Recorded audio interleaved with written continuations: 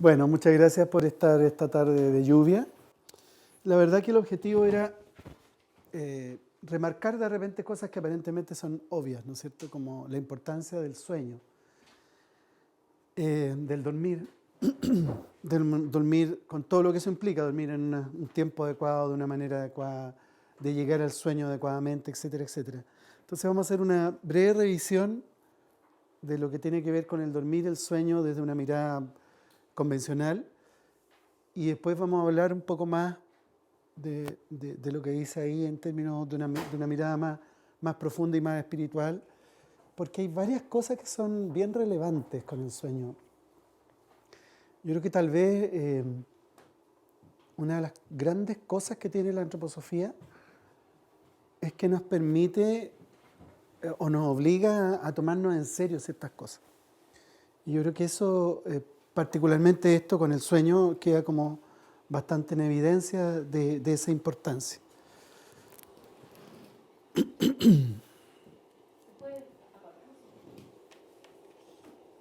¿Apagar qué?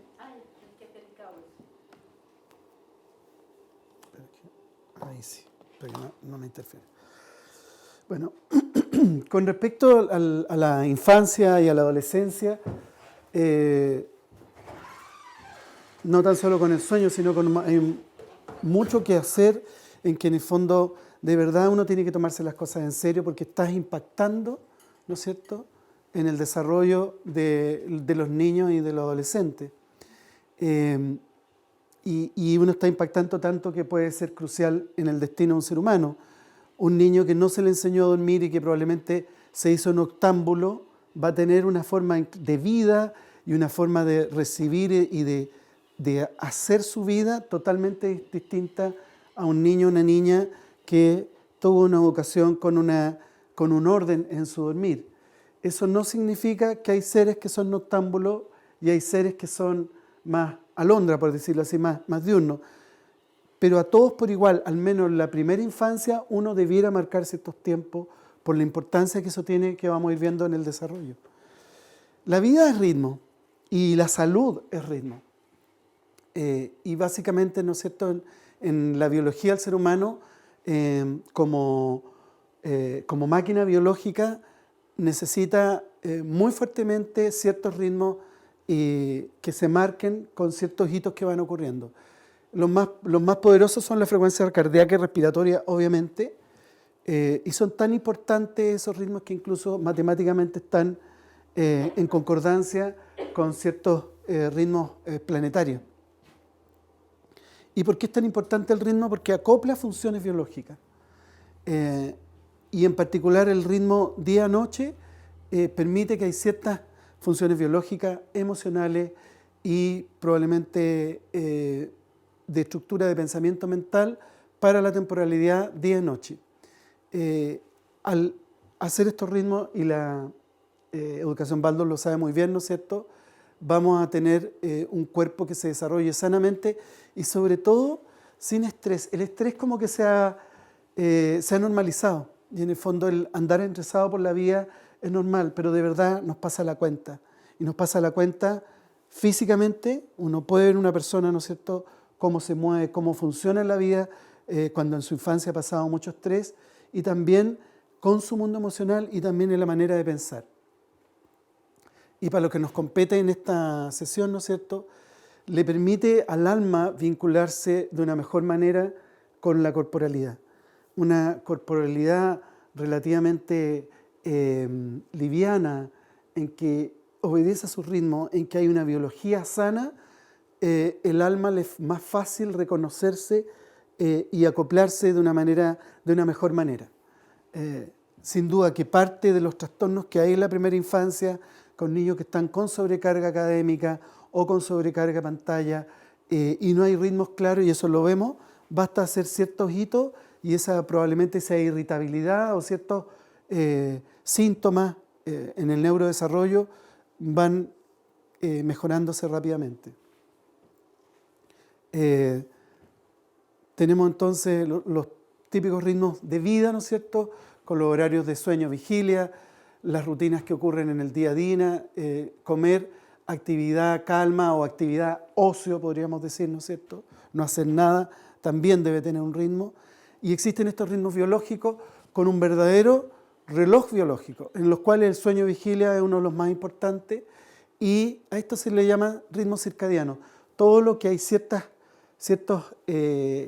actividades que el organismo necesita hacer, y para eso necesita hacerla en ciclos de 24 horas o en ciclos de 12 horas con luz oscuridad.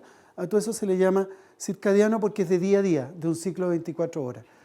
Como la temperatura corporal, los estados de alerta, ciertas hormonas. Y hay otros que son ritmos que incluso son de 1 hora, de 15 minutos. O sea, hay ritmos que están acoplados a horarios, a distintos horarios en el día, y por supuesto a la relación de la luz y la oscuridad, que ya la vamos a ver. Ocurre así entonces una polaridad entre el día y la noche, en que en el día hay un catabolismo, o sea, nosotros todas nuestras reservas, todas nuestras estructuras, nuestra energía, la gastamos en el día. El solo hecho de pensar, y eso le da una fuerte importancia tanto la medicina antroposófica como la pedagogía Waldorf, el solo hecho de pensar nos gasta. Y es por eso que un ser humano no puede vivir sin dormir. Si pasa más de 3, 5, 7 días, empiezan a haber trastornos psíquicos incluso.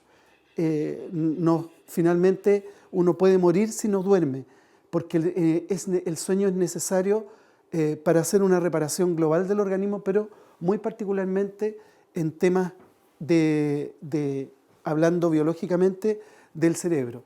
Y en la noche ocurre este anabolismo en que se produce una verdadera fabricación y almacenamiento de moléculas, hay un almacenamiento de energía y hay una transformación de moléculas para ser ocupada al otro día y para ir guardando, como el organismo bien económico, va guardando las reservas. Y todo esto es mediado por el hígado y va produciendo los procesos de crecimiento en la infancia, en la adolescencia y después en el adulto de mantención.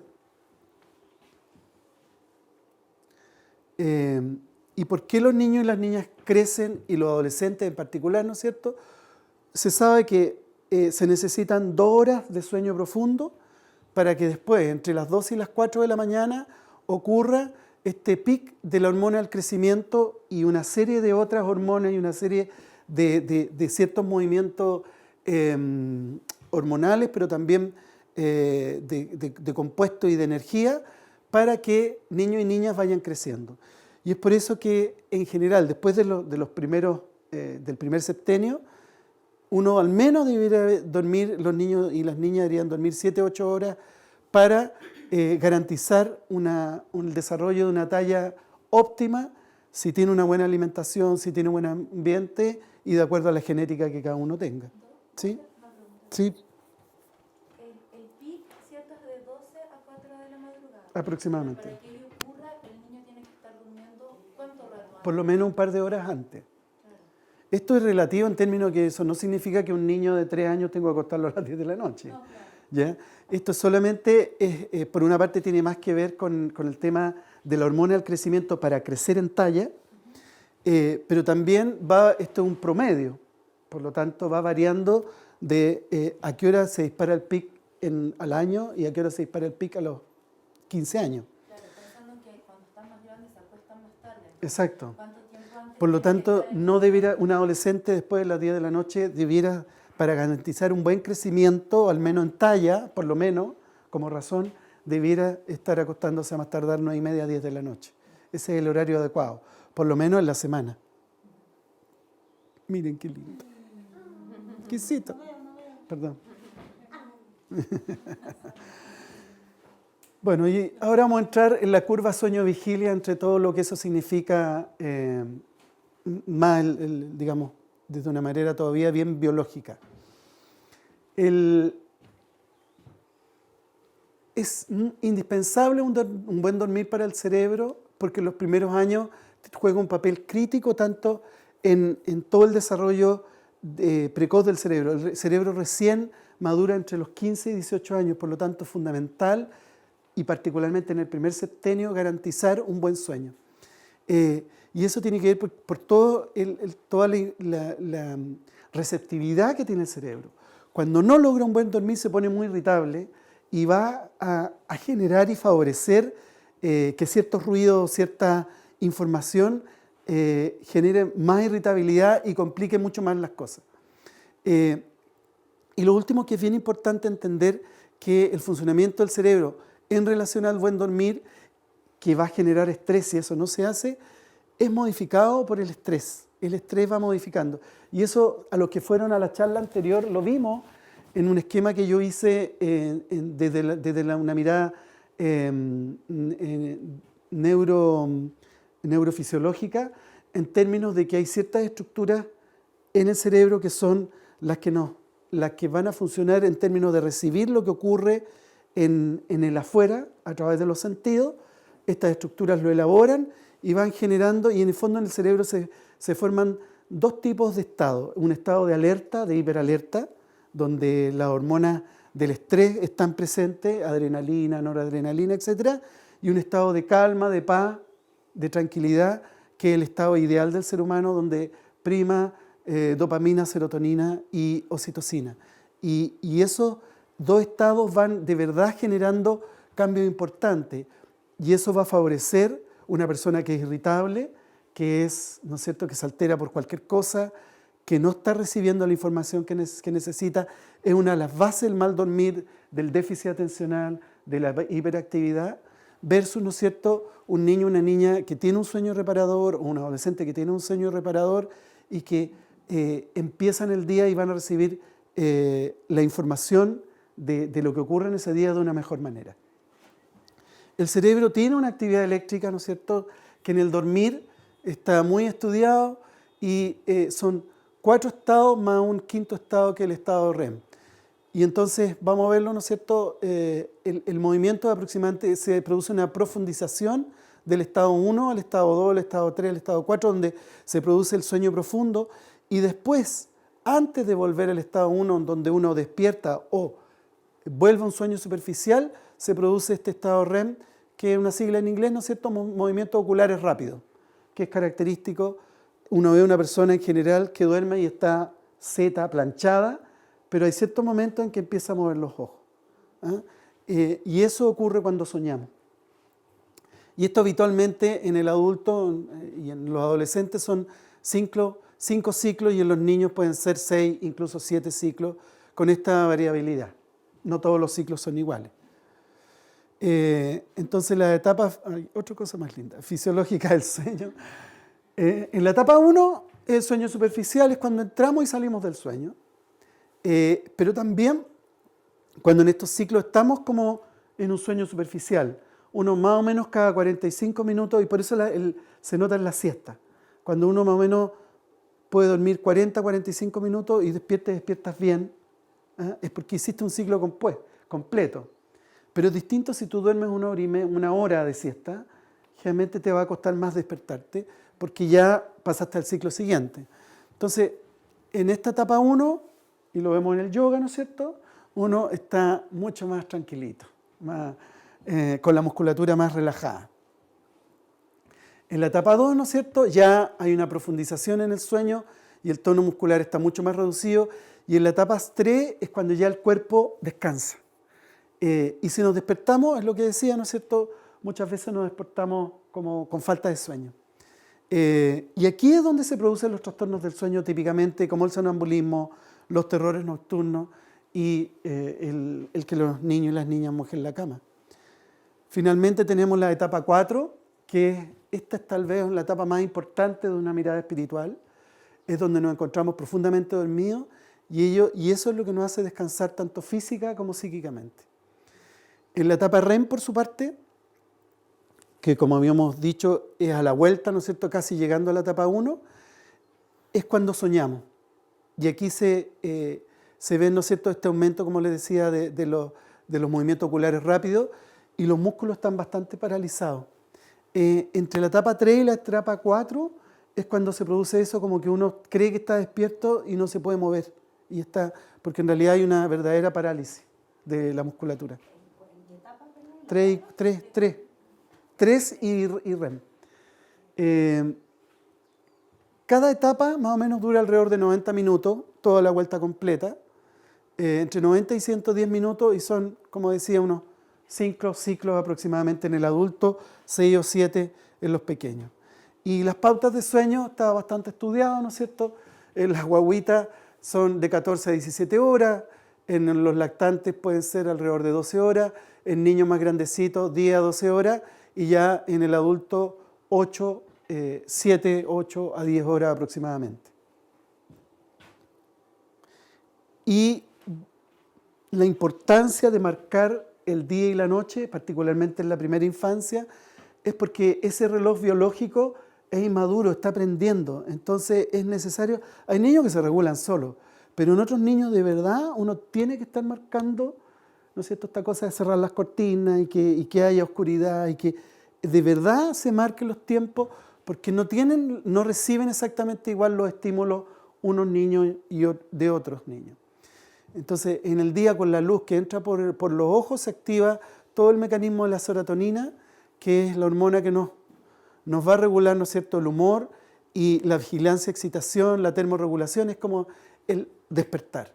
Y por su parte en la noche la famosa melatonina, ¿no es cierto?, es la principal que regula estos ritmos de día y de noche y lo hace cuando la glándula pineal detecta que hay oscuridad, secreta melatonina, entonces se produce toda la actividad del sueño, vigilia y también se activan otras hormonas de protección. Es por eso que se tiende a veces a usar melatonina como inductor del sueño, que tal vez en periodos cortos puede funcionar, pero a la larga puede traer problemas porque como no tan solo esta hormona tiene que ver con el sueño, sino que también tiene que ver con los estados de humor y tiene que ver con los estados de humor de repente medio depre. Entonces, un tiempo prolongado de melatonina puede favorecer estados depresivos. Por su parte, esta imagen básicamente era lo que decía al principio, que hay distintos ritmos de día y de noche que uno va viendo a ciertas horas lo que va pasando. Hay horas, ¿no es cierto?, en que aumenta la presión arterial, hay otras en los que ya tenemos testosterona, nos aumenta la testosterona, hay todos unos eventos que ocurren para que uno esté en el máximo despertar alrededor ¿no es cierto?, desde las 10 de la mañana probablemente hasta las 17, 18 horas. Y por supuesto que hay seres humanos que tienen esto, pero un poco más lento, que son personas que vienen de fábrica para despertar más tarde y ser los noctámbulos, ¿no es cierto?, que empiezan a funcionar al mediodía, y hay otros que son alondras y que ya a las 7 de la mañana ya están absolutamente despiertos. Ahora, pero esto es bien importante entenderlo, que esto se va a ir desarrollando después, cuando empiezan a entrar los otros cuerpos, o sea, una vez que madura el cuerpo físico y etérico, y después entra el cuerpo astral en la adolescencia, ahí empieza realmente a aparecer quiénes son estos seres. Y por eso que es súper importante en los primeros años tenerlos reseteados a todos los niños pequeños que tienen que dormir su hora, para que sea, por si los niños empiezan a manifestar esto, sea por una condición interna y no por un descuido externo del mundo adulto. Y esa está buena. ¿Quién le habrá puesto la venda? Esa fue mi pregunta. Entonces, una de las causas más importantes del mal dormir es, como hablamos, este estrés que está demasiado normalizado y que tiene que ver cuando tenemos relaciones afectivas difíciles en la casa, en el colegio, en la vida, exigencia y sobreestímulo en el día, las luces, que ir al mall, que salir, que entrar, todo lo que tiene que ver un poco con la multitarea, que estamos tomándola los adultos como algo normal de vida y que realmente nos afecta a todos y en especial a los niños. ¿Para qué decir la sobrecarga académica, no es cierto? Y peor aún la exposición a pantalla, porque la exposición a pantalla complica mucho sobre todo el funcionamiento de la melatonina. Y entonces uno de los efectos secundarios más importantes del exceso de pantalla es el insomnio. Y el insomnio uno no lo ve porque en el fondo como debiera acostarte a las 10, pero como está en la pantalla, entonces empieza a decir, no, se queda hasta las 3 de la mañana y al otro día anda estupendo. Sí, no tengo sueño, me puedo quedar hasta las 3 de la mañana. Pero en realidad no es natural. Está habiendo un daño a nivel del ciclo sueño-vigilia en relación a esta hormona serotonina, melatonina, y sabiendo que la serotonina es súper importante para la depre, por ejemplo, para la depresión. Entonces empiezan a haber trastornos y después uno de los primeros trastornos es el insomnio por el exceso de pantalla un segundo trastorno empieza a ser estados del ánimo. Y entonces tenemos los niños muy irritables o niños muy depres que se aíslan, etcétera, etcétera, una serie de cosas que ya estamos viendo fuertemente, no tan solo en la adolescencia, sino que ya en la pubertad y que realmente es preocupante. Directamente la melatonina, lo que se sabe es por la luz. Y toda esta cosa de la luz azul, que no está tan claro si los filtros sirven o no, pero es la luz azul la que complica más el tema de la melatonina. Pero también es cierto que la cantidad de bits que yo recibo en la pantalla son 100 veces más de lo que yo recibo en la ventana. Entonces estoy tomándome café, shot de café cada 5 minutos. Y también hay, y eso lo digo aparte, además, la pantalla, se sabe que 4 años de pantalla te van a dañar al 80% de la población los ojos. Por eso que los asiáticos están todos usando, el 80% de los asiáticos adolescentes usan anteojos y el efecto tiene que ver con y la causa viene de la pantalla, eso está estudiado por los oftalmólogos. La otra pregunta, para entender la relación, ¿a mayor serotonina producida en el día, mayor melatonina o no existe relación? No necesariamente porque en el fondo lo que importa es una buena dosis de serotonina de tal manera que en conjunción con muchas otras cosas tú te activas. Como que la serotonina es la luz oye, es como el reloj despertador. Y la melatonina debiera ser la que te dice es la que te dice, sabes que ya es hora de apagar la función, ¿ya? Pero no necesariamente en términos de cantidad, ¿ya? Lo que aparentemente pasa es que con la luz azul se produce un efecto refractario a la melatonina, entonces no deja de funcionar, porque hay sobreestimulación en los mismos lugares que estimulan la melatonina para que tú te duermas, están como bloqueados por estas dos razones, por la luz azul y por este exceso de información. Bueno, y aquí empezamos un poco una mirada ya más profunda y bastante, digamos, del misterio que es en realidad el dormir. Y que probablemente debiera ser la causa de que deberíamos tomarnos mucho más en serio cómo dormimos cada uno de nosotros y lo que hacemos en nuestros hogares con respecto al sueño. En la infancia y en la adolescencia, pero también en el mundo adulto, de alguna manera, todas las actividades que se vivencian y que tienen un correlato anímico espiritual, el niño al día siguiente se ve más en los niños, pero también en nosotros, y vamos a ver por qué y cómo, tiene nuevas capacidades anímicas que se expresan en una nueva relación con el mundo.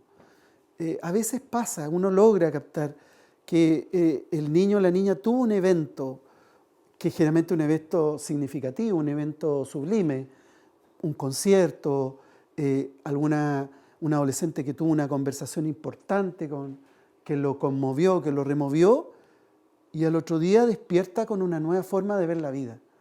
Y eso se nota más en ellos porque están empezando, pero en nosotros también muchas veces hay relatos al respecto. Y aquí hay un punto bien importante y eso es como, a mí me carga ser proselitista, pero de verdad sorprende la educación Waldorf. Porque en el fondo el cuidado del color, el cuidado de la forma, el cuidado de los tiempos de los maestros y las maestras Waldorf de alguna forma tiene una forma de moverse que nunca va a ser rápida, tiene una forma de hablar que siempre va a apelar a la imaginación, que siempre va a apelar, ¿no es cierto?, como lo que podríamos decir a una relación humana con contenido, que vamos a tener siempre un altar, que vamos a tener, ¿no es cierto?, una pizarra, que una pizarra, ¿no es cierto?, con un desarrollo artístico. Todo eso tiene que ver porque la idea es que el mundo terrenal y el mundo espiritual estén relacionados.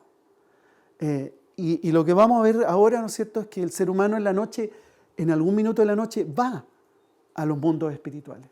Y al ir a los mundos espirituales es importante que suba, venga de la tierra con ciertos contenidos que tengan que ver con los mundos espirituales. Y por eso esta estética Waldorf que estamos hablando, y por eso la educación entera tiene ciertas explicaciones que tienen necesariamente que ver con generar vivencias anímico-espirituales de tal manera de, al llegar a los mundos espirituales hay una concordancia, hay una correspondencia. no tan solo para yo sentirme bien en los mundos espirituales porque traigo información anímico-espiritual del planeta Tierra, sino porque al otro día, en esos mundos espirituales hacemos ciertos entendimientos, a un nivel, por supuesto, inconsciente, que no sabemos, y al otro día podemos llegar a este mundo con nuevas ideas, con nuevos conceptos, o con un crecimiento de lo que significa que cada noche uno va haciendo esto. Entonces, este punto es tremendamente importante y es una de las razones más importantes de la estética con la cual funciona la educación Waldorf. Y que también tiene que ver con la medicina. Por eso nosotros no damos medicamentos químicos de buenas a primeras, porque también tiene que ver con la biología del ser humano, ¿no es cierto? Si yo tomo algo para la congestión, para el resfrío, ¿no es cierto? Y tomo un antihistamínico, ese antihistamínico me va a dejar o me va a atontar o me va a acelerar un poco. Entonces cuando se desprende mi cuerpo y voy a estos mundos, voy a estar un poquitito alterado. Y eso tiene que ver también de por qué es tan nocivo toda la estética del mall, ¿no es cierto? Toda la estética de los juegos de video, etcétera, etcétera, porque generan un contenido y un correlato que no tiene nada que ver con esto de los mundos espirituales. Y entonces de ahí que es tan importante, claro, suena un poco exagerado, pero es una realidad. O sea, todo aquel que cree que somos seres espirituales viviendo una experiencia terrenal, debe saber que es una realidad y que tenemos que tomarnos más en serio. Vamos a hablar brevemente de la correlación que hay con las fases del sueño, que se sacan, ¿no es cierto?, con el electroencefalograma cuando la persona está durmiendo. Hay todas unas descripciones de ondas alfa, beta, delta, teta, qué sé yo, y eso ha generado estas 5 fases del sueño que yo les decía. Con los cuerpos sutiles del ser humano. El ser humano tiene un cuerpo físico, tiene un cuerpo etérico, que es el cuerpo vital, que nos relaciona con lo vegetal, ¿no es cierto?, que es el cuerpo que tiene que ver con este anabolismo nocturno, pero también tiene un cuerpo astral, que es el cuerpo que nos relaciona con el mundo animal, donde están las emociones, los sentimientos, pero es un lugar donde nosotros reflexionamos acerca de eso y tenemos la capacidad de darnos cuenta que estamos con rabia, de darnos cuenta que estamos, digamos, con alegría. Hay una cierta conciencia. Y por supuesto que está este ser espiritual que se le llama el yo espiritual, ¿no es cierto? Se evita hablar de un cuerpo porque algo mucho, al ser espiritual es difícil de definir y es difícil de abordar, pero que tiene estas correlaciones en que generalmente el cuerpo astral va con el cuerpo, con la organización del yo que se le llama, van juntos a los mundos superiores. Entonces cuando uno se queda dormido, si uno lo viera, si lo viéramos como lo hacía Steiner, y hay gente que tiene esa posibilidad, con videncia, vamos a ver que de alguna forma el cuerpo físico son como capas de cebolla, ¿no es cierto? Está el cuerpo físico, sigue el cuerpo etérico y cuando nos acostamos están en esta situación. En la fase 1, el cuerpo etérico está mucho más compenetrado con el cuerpo físico. Y entonces, físicamente, nosotros lo vemos como el anabolismo. Esto que hablábamos, ¿no es cierto?, que ocurre en la noche y que gracias a eso vamos reparando nuestra estructura, generamos estructuras nuevas y a la vez los niños y las niñas crecen.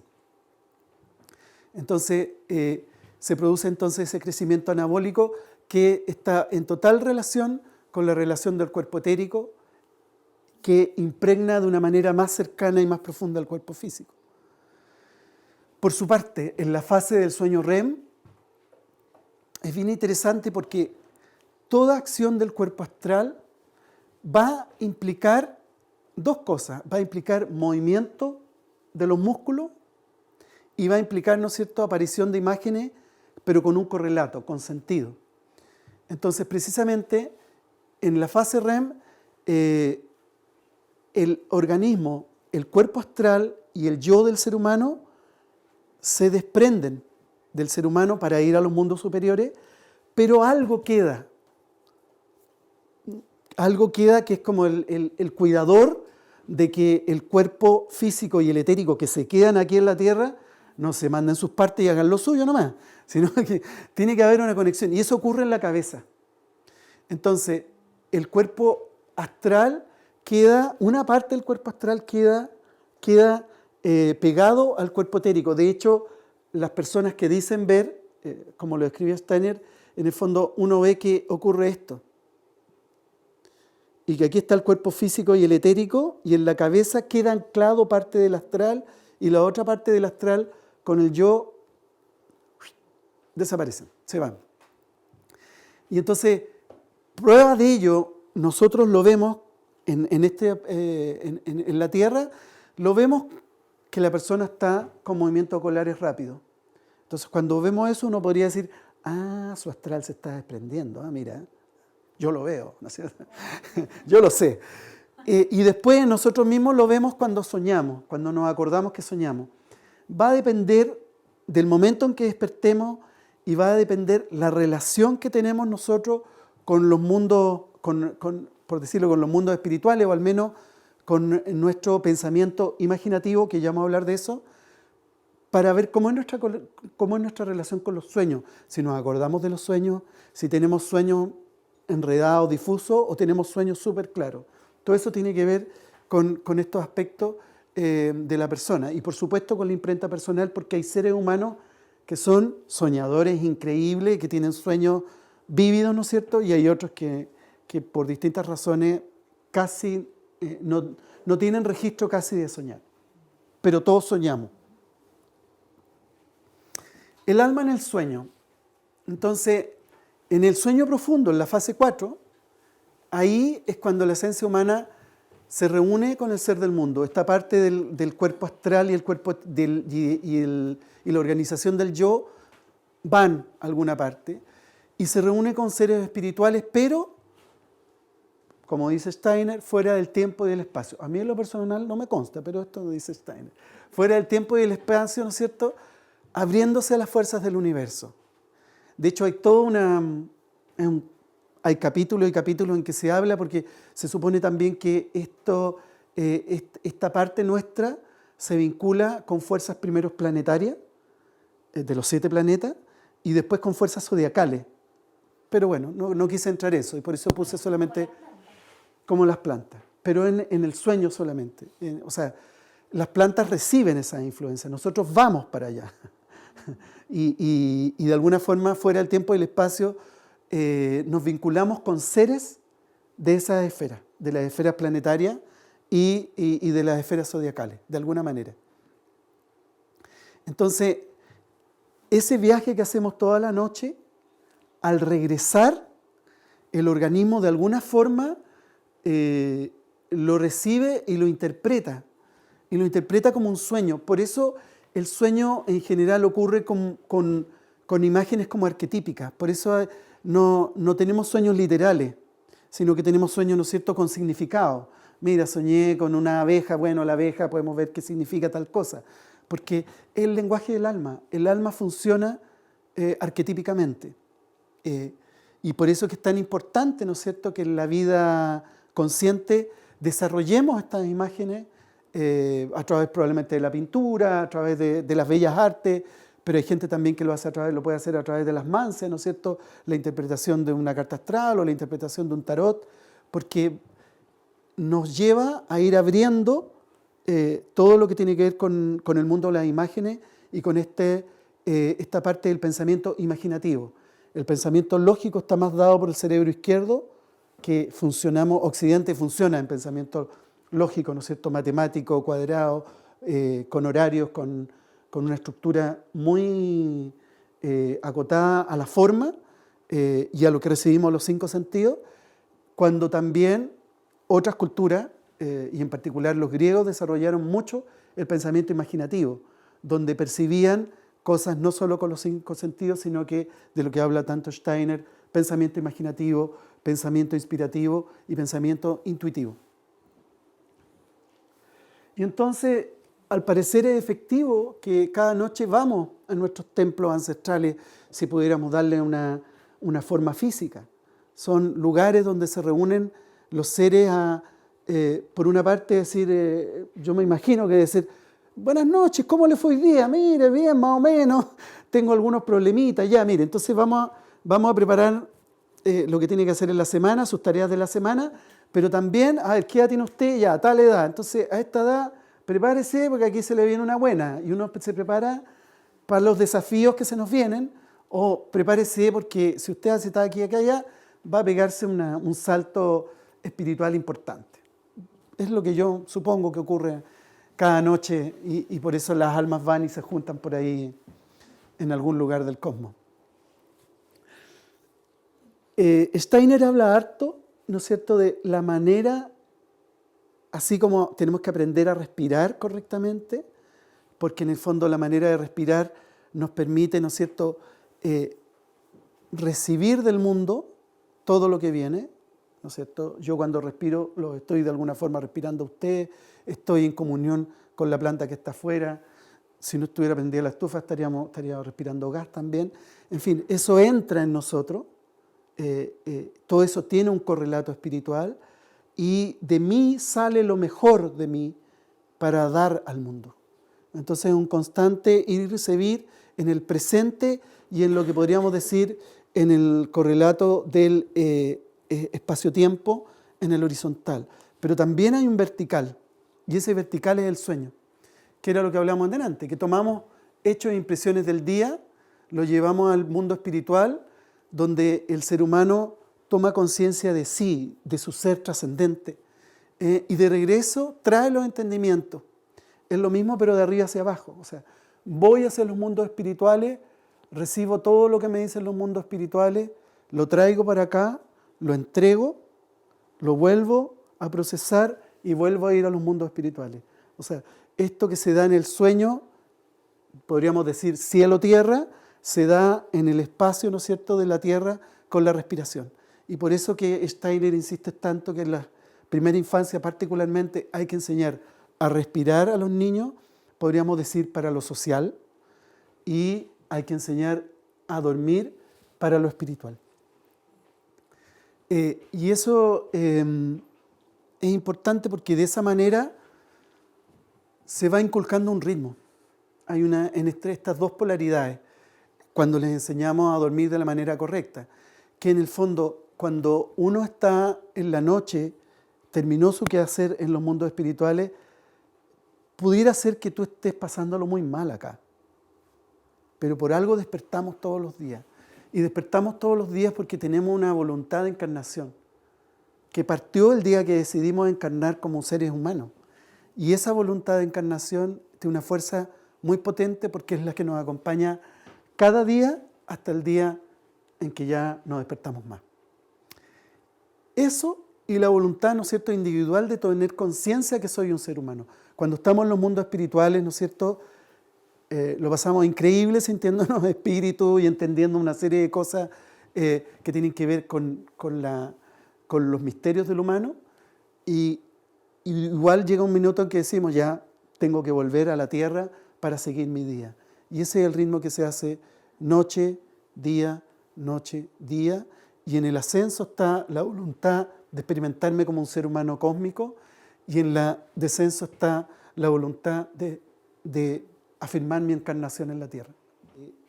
Cometemos tantos atentados contra nuestra divino ser que lo hemos rutinizado y normalizado. Efectivamente, la idea es que uno debiera dormirse, ¿no es cierto?, a una hora prudente, con la luz, con la oscuridad, como era antes en el campo con las gallinas, y despertarnos solo, con la luz del sol, sin tener ninguna alarma, ninguna cosa. Bueno, por supuesto que estamos en un mundo que es un poco más complicado, pero probablemente yo creo que ya el cuestionárselo, ya el hacer un cambio, poner más suave, a lo mejor poner una música, no sé qué, es un avance. Y tal vez tener como meta que a lo mejor en 5 o 10 años más voy a vivir sin alarma. Y eso reduce evidentemente no tan solo el estrés, sino que impide esta situación que yo a lo mejor justo en ese momento, claro, justo Micael me va a decir, te voy a dar el secreto de la voluntad, y ¡pum!, y despierto. La iluminación misma, claro, ¿no es cierto? Estás con Buda y Buda te dice, hijo mío, venga para acá, o el Cristo, qué sé yo.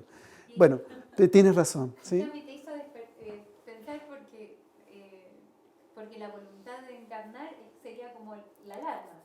O sea, o sea, en realidad que nos debería despertar es este deseo de volver a estar.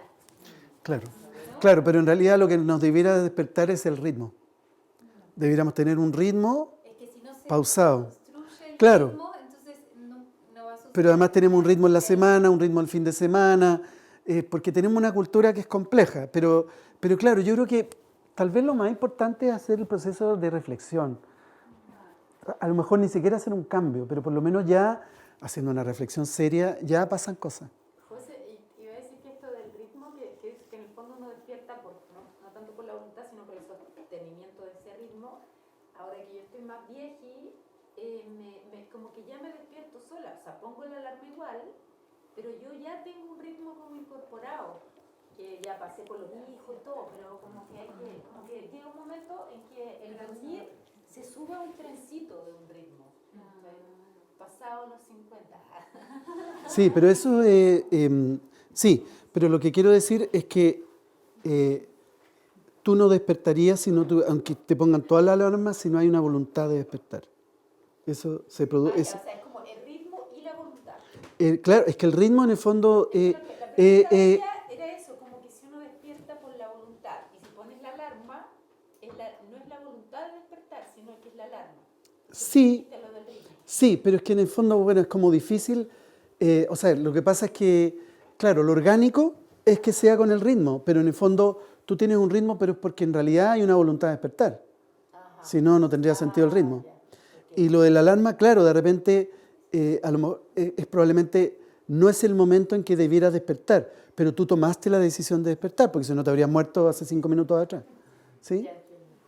O sea, a mí también me parece que se relaciona mucho la voluntad con la estación del año. Parece, por ejemplo, ahora en primavera, cuando cambió a primavera, yo empecé por despertar los niños también mucho más temprano. O sea, hay algo que cambia en la cabeza de uno y cree que, o sea, respetar también tiene que ver con entender que quizá en el invierno uno tiene ganas de despertar más tarde y en la primavera tiene ganas. Sí. O sea, la voluntad y el ritmo de la naturaleza quizá. Yo creo que es más la vitalidad de la naturaleza, porque al igual que la tierra, nosotros también tenemos esta cosa como que nos vamos un poco para adentro en el invierno.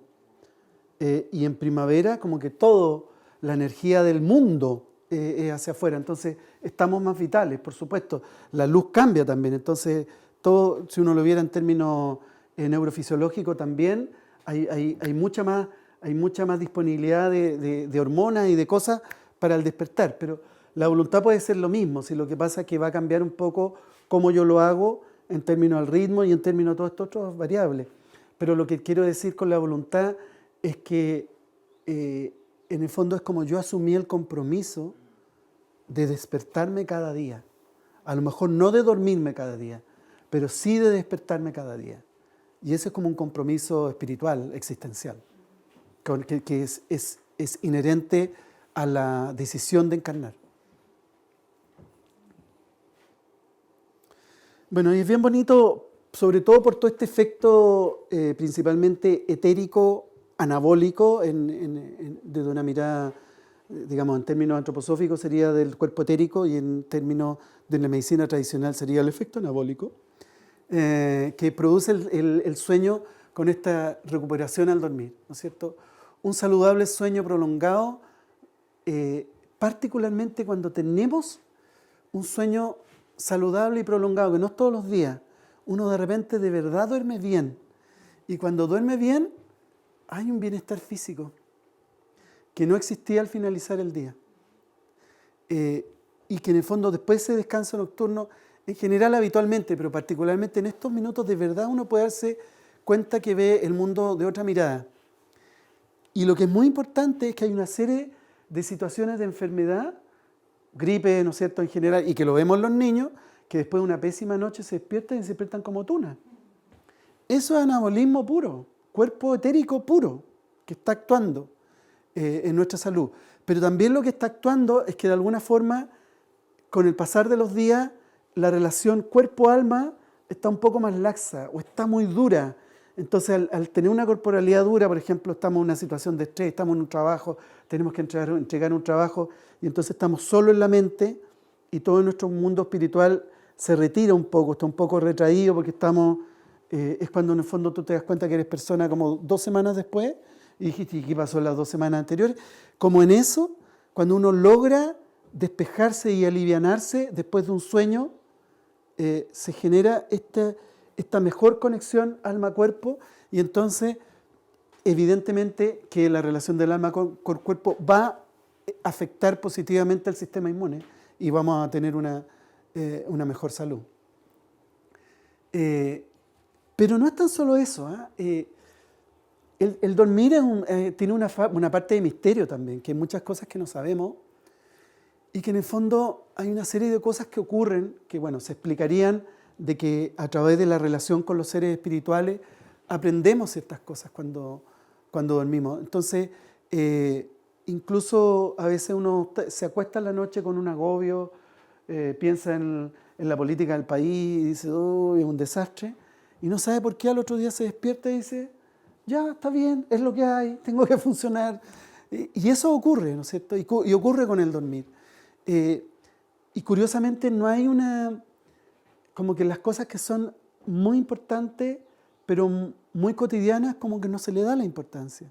Que sí es el ejercicio que hace la antroposofía, de lo que estábamos hablando del sueño, o de lo que ocurre con el sueño. O sea, no hay escritos que dirían, el grande escrito, oye, pero ¿por qué si yo me acuesto al otro día aparezco recuperado? Pero no tan solo aparezco recuperado, sino que aparezco con ideas nuevas, aparezco con propósito, etcétera, etcétera, que ya lo vamos a ver, ¿no es cierto? Entonces el ser humano, al ligarse mejor, va a tener una mejor definición y va a tener más claridad en el actuar. Bueno, ¿y para qué decir? Y esto es súper importante desde la primera infancia, ¿no es cierto?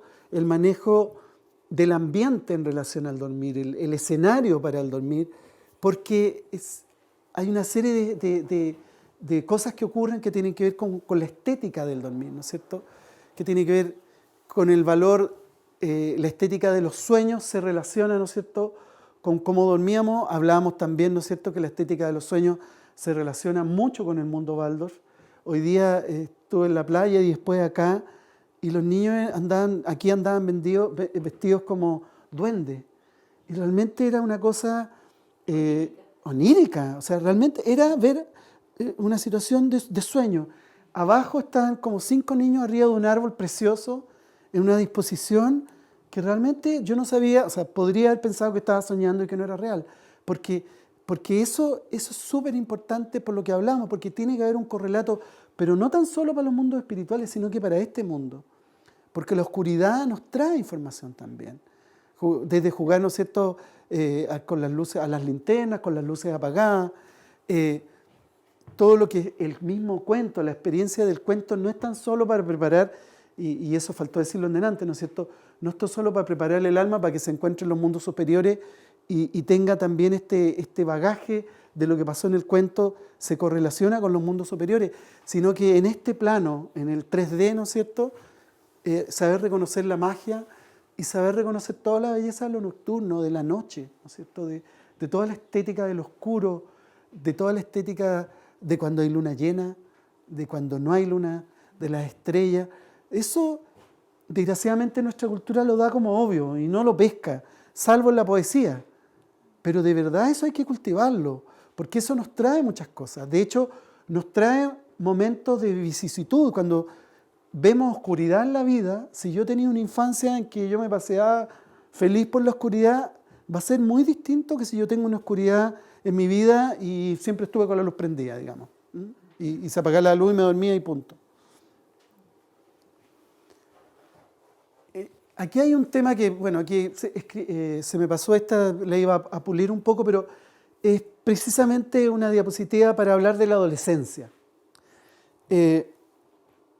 Lo que no dijimos, y que vamos a hablar un poco más adelante, es que el ser humano en los primeros años, sobre todo los 2 primeros septenios, tiene su cuerpo físico, ¿no es cierto?, bien maduro, y en el segundo septenio ya está con el cuerpo etérico maduro. Por lo tanto, al entrar al sueño, no tiene problema para manejar sutilmente su cuerpo físico y su cuerpo etérico. Pero los niños chicos no tienen cuerpo astral desarrollado y tampoco tienen un yo desarrollado y potente. Entonces tiene que haber una suerte de yo interino. Y ese yo interino es súper importante entenderlo tanto en el plano terrenal como en el plano espiritual. En el plano terrenal, adivines quiénes somos los yo interinos, ¿no es cierto? Padres, madres, maestros, maestras, etcétera, etcétera. La comunidad toda tiene que ejercer algún rasgo de apoyar este yo en cierne y dar un sustento. Pero cuando los niños y las niñas van al sueño, por una parte, el calor y el amor del hogar, junto con el ángel de la guarda, que ya vamos a hablar, son el yo interino que ayudan a que estos niños vayan a los mundos superiores. Ya con un adolescente en que entra de plano el cuerpo astral, un cuerpo astral hecho y derecho, con hormonas, con madurez sexual, con toda esa cosa, ya está más libre. Y ya es el ser del adolescente el que tiene que hacer este esfuerzo que nadie se dio cuenta de dormir y de entrar con sus tres cuerpos, permiso, aquí estoy yo, me voy a acostar y voy a sutilizar mi cuerpo físico, mi cuerpo etérico, mi cuerpo astral que se va a desprender y toda la cosa.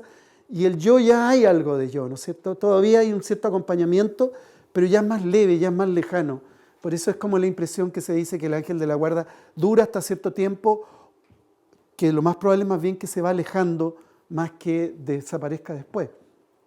Pero esto es bien importante porque la importancia de un sueño ordenado en la adolescencia, la importancia de manejar imágenes, la importancia de la estética diurna y nocturna, etcétera, etcétera, tienen que ver porque aquí hay una cosa bien importante que probablemente, como hoy día se da todo lo contrario, porque la mitad de los cabros está metido acá 24/7, está generando una serie de trastornos acá que nosotros lo vemos como irritabilidad, depresión, TOC, etcétera, etcétera, etcétera, cuando sutilmente el problema está acá. Y si arreglamos, y si en el fondo entendemos que esto se tiene que dar prístinamente, probablemente nos evitaríamos muchos problemas que los vemos en lo mundano, en el mundo de día. Y entonces es muy importante para todo ser humano experimentar todos los estados de conciencia alterados. ¿Qué cosa más alterada que los niños jugando? ¿Cierto? A veces delirante como juegan y están locos, parecen locos, como diría Serrat, locos bajitos, ¿no es cierto? El llanto, exquisito, llorar así hasta que me dé hipo. La pataleta, son niños que no sea a los 15, que sea a los 3, ¿no es cierto? Pero que se desarmen en pataleta. Extraordinario, ¿para qué decir la fiebre? Si hay delirio o no hay delirio, el estado febril es un estado súper importante. Estos estados son fundamentales para la vida futura. O sea, gran parte de los adolescentes y de los adultos tienen serios problemas desde crisis de pánico para arriba y para abajo porque no han tenido estos estados claros 100% vivenciados en la edad que corresponde. Eso es evidente. Y con respecto al sueño, ¿no es cierto? Toda la estética de tener sueño es extraordinario. Estoy cansado, tengo sueño, reconocerlo y hacer algo al respecto.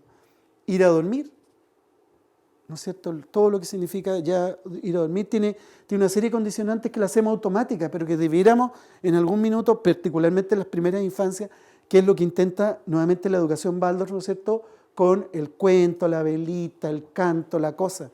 Es por eso, finalmente, yo y mi dormirme, los niños y las niñas y su dormirse, soñar, ¿no es cierto?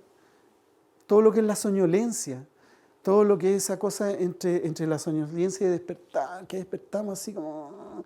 y que nos hace pedazo la alarma, pero cuando uno se despierta antes de la alarma, así está como... Y ese estado es extraordinario y profundamente necesario para todos los equilibrios.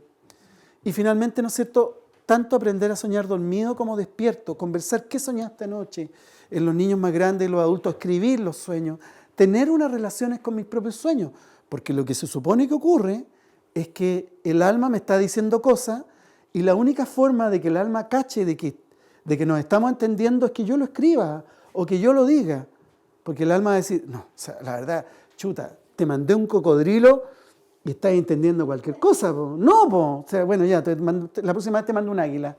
¿Ah? O sabéis que te lo va a decir clarita, va a aparecer Dios y te va a decir, José, estás cometiendo un error. ¿Te fijas? Te lo van a decir clarito. Todo eso es muy importante para la vida entera de un ser humano. Entonces, necesitamos estas vivencias de estética nocturna. Y las necesitamos además por 3 razones que son muy importantes, que tienen que ver absolutamente con cómo funcionamos como seres humanos, con qué energía y con qué fuerza. De tal manera que cuando el cuerpo etérico entra al cuerpo físico y lo vitaliza y lo armoniza, lo que está haciendo es alimentar nuestra voluntad de hacer y nuestras decisiones de ser un ser humano en el planeta Tierra. Cuando las fuerzas astrales se han preparado y están haciendo lo que tienen que hacer, alimentan nuestro corazón y nuestro coraje, nuestro empuje en la vida. Nuestra resistencia, yo voy a ir para allí, yo voy a resistir. Y finalmente, todos los entendimientos espirituales, esto de que vamos para arriba, volvemos para abajo, van a nutrir nuestro saber. Y por ende, vamos a tener claridad y vamos a tener más claros los propósitos que queremos. Entonces, por eso que finalmente es tan importante tomarnos en serio el dormir, porque va a alimentar nuestra voluntad, nuestro coraje, y vamos a ser seres más sabios finalmente, vamos a ver más. Finalmente, antes de dormir, ¿no es cierto?, después del día de juego, particularmente en las primeras infancias, ¿no es cierto?, que es muy evidente el juego, generamos climas de calma y de sosiego. Y estos son fundamentales para operar como iniciadores del sueño. Yo siempre pongo el ejemplo a los padres y las madres cuando me dicen, mi niño no se quiere quedar dormido o se demora 2 horas en quedarse dormido, es porque en realidad él necesitaría calma y sosiego en este estado y llega en este estado, con las pilas por ahí arriba. Entonces lo que yo tengo que hacer es una curva de día de tal manera que el carrete termina a las 5 de la tarde. De 5 a 6, un carrete suave, de 6 a 7, mucho más suave, y a las 7 empezamos.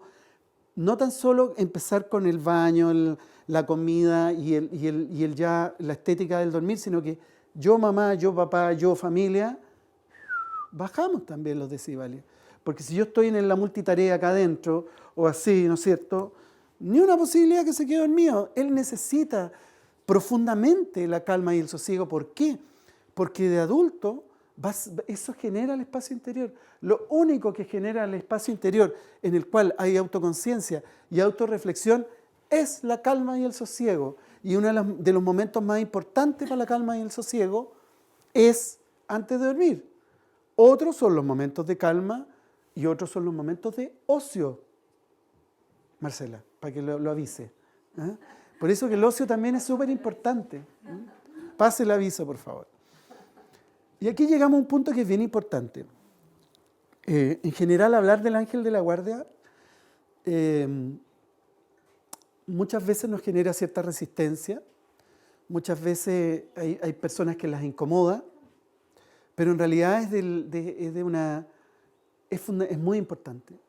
Y es muy importante porque la educación Waldorf considera al ángel de la guarda como un ayudante en la educación.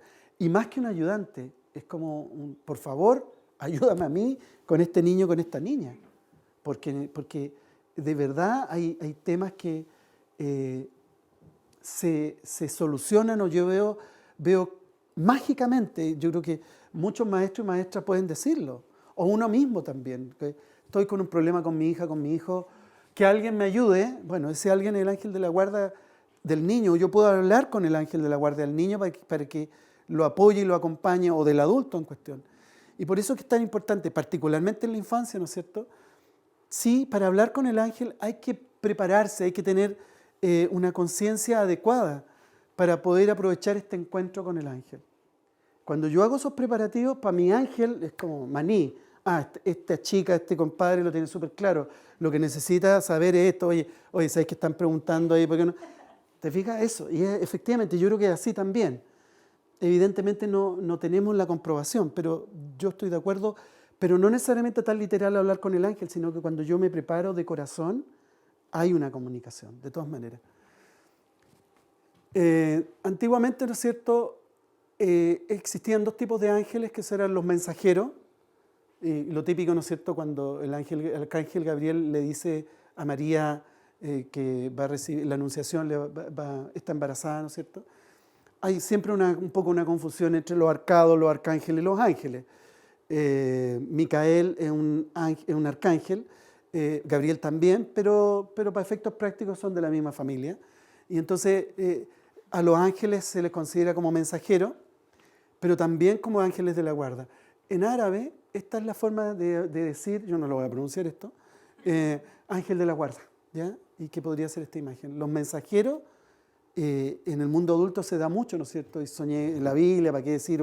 Me imagino que en el Corán también hay referencias en todos estos libros espirituales, y también están las referencias del cuidador, del ángel de la guarda, que en general y clásicamente se habla en los niños y en los adolescentes. Y en este cultivar probablemente habría que tener, ¿no es cierto?, idealmente un ángel de la guarda 1, ángel de la guarda 2, ángel de la guarda 3, porque de verdad, cuando uno lee básicamente en el mundo antroposófico, gente seria, gente que uno respeta y admire y que siempre te ha dicho cosas que son, de verdad, uno puede establecer una relación importante, sobre todo como madre y como padre. Entonces, y eso básicamente es cuando yo quiero entender el ser del niño y la niña. En este colegio hay varios niños y niñas que de repente nos pueden quitar el sueño. Y en el fondo lo más profundo es intentar entender el ser. Probablemente eso sea una palabra clave, ¿ya? No es que yo quiero entenderlo a él, yo quiero entender el gesto del ser que él o ella está expresando. No me corresponde enjuiciar lo que está haciendo ahora. Lo que yo quiero saber si ese gesto tiene que ver con su evolución o está atravesado. Porque si tiene que ver con su evolución, chapó. Yo ahí lo acompaño, lo acoto. Pero si en realidad hay un conflicto, díganme y yo hago lo que sea para ayudar en ese propósito. Que tiene también todo un correlato de una serie de cosas, ¿no es cierto? Pero para esto, y para comunicarnos en el fondo, comunicarnos con nuestro ángel, tenemos que aprender a desarrollar imágenes vivas y preguntas a partir de lo que vemos y pensamos en el día. O sea, este pensamiento espiritual, este pensamiento imaginativo. De esa forma lo vamos a llevar a los seres y a las fuerzas con las que nos encontramos por la noche. El pensar en el ángel obedece a mover nuestro pensamiento racional diurno, ¿no es cierto?, a nuestro pensamiento imaginativo.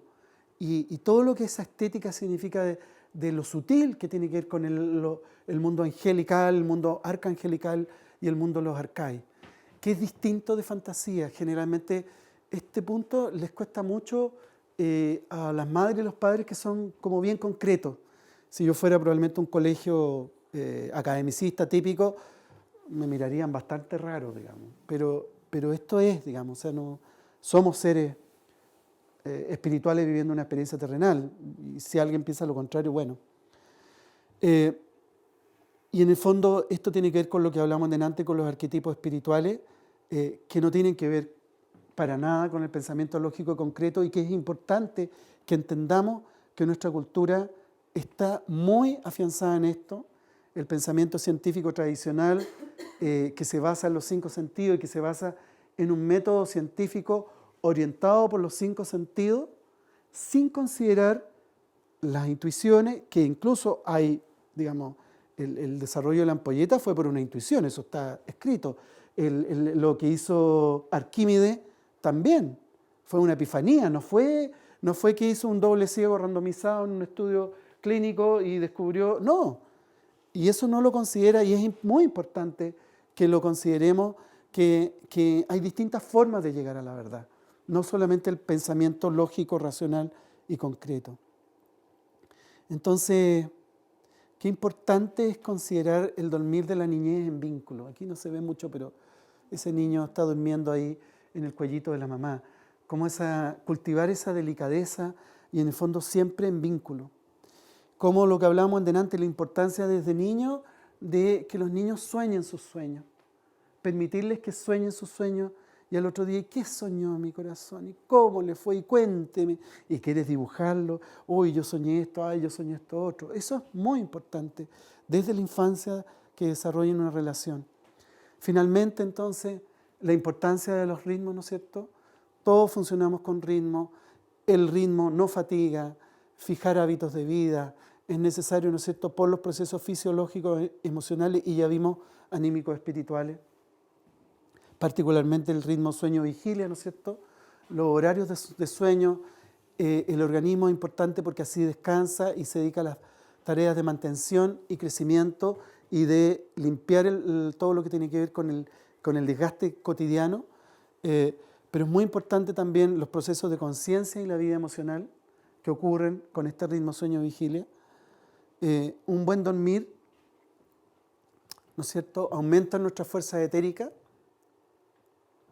y hace que el cuerpo físico se someta a la regla etérica, lo que va a facilitar esta tarea de vivificar la materia. E incluso esto tiene un impacto bien potente cuando el cuerpo etérico está bien impregnado con el físico, con las alergias. Las alergias son porque tenemos un cuerpo etérico súper debilitado que dificulta la entrada del sándwich, ¿no es cierto?, la organización del yo, astral, etérico, físico. Entonces no reconocemos claramente qué es lo que tenemos delante y entonces vemos un polen y hacemos una reacción alérgica tremenda cuando en realidad deberíamos pegarnos un estornudo y vemos de repente un virus y el virus se pasea y no tenemos una buena reacción. Todo eso también, aparte que hay otras razones como la alimentación, como parte del estrés, pero también tiene que ver con un buen dormir. Y por supuesto que va a crecer la salud física, emocional y espiritual con esto que acabo de decir, cuando hay una mejor relación entre el cuerpo descansado con el cuerpo espiritual.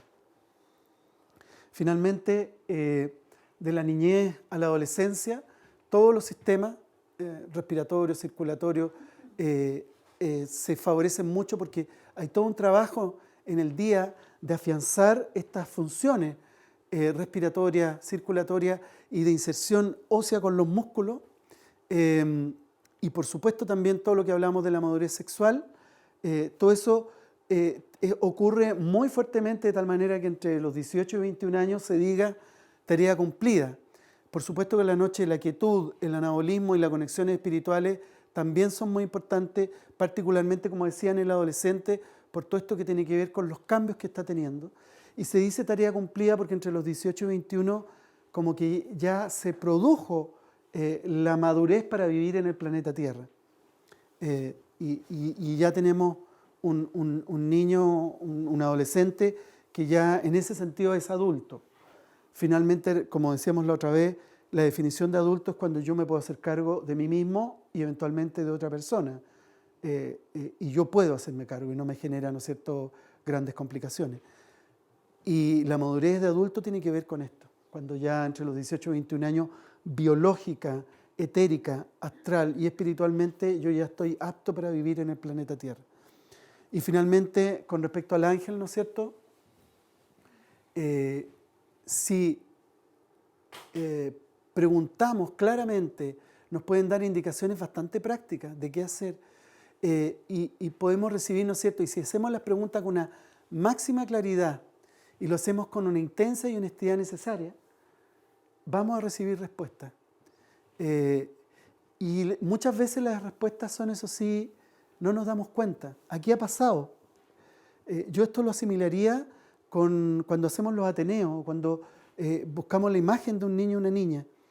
Ocurre lo mismo. Cuando yo entro cuando realmente tengo un ruego desinteresado, que en el fondo que quiero que el destino de ese niño o esa niña se cumpla, ¿no es cierto? De acuerdo a los objetivos de vida, los ángeles de la guarda van a escuchar nuestro llamado. Y por eso que el Ateneo es tan importante, porque es una reunión donde yo desinteresadamente abrimos el espacio de un niño o una niña y van a estar todos nuestros ángeles de la guarda que se van a comunicar con el ángel de la guarda del niño y va a producir todo este efecto en que ya ha pasado, ¿no es cierto? Estoy seguro que a ustedes les ha pasado porque a mí me ha pasado en otros colegios.